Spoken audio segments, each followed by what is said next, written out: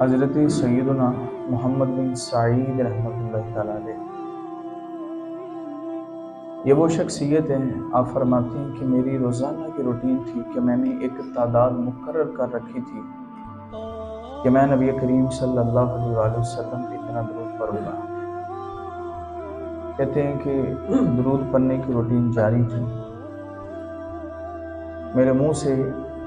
نبی اکرم صلی اللہ علیہ وآلہ وسلم کی نام مبارک کی جو گلدستے تھے یہ جھڑتے تھے۔ ایک دن ایسا ہوا کہ درود شریف پڑھ کے جب میں لیٹا تو یہاں جسم کی آنکھیں بند ہوئیں لیکن مقدر کی آنکھیں جاگ اٹھی۔ کہتے ہیں کیا دیکھتا ہوں کہ میرے سامنے وہ آقا جو غریبوں کے والی ہیں، بے سہاروں کے سہارا ہیں،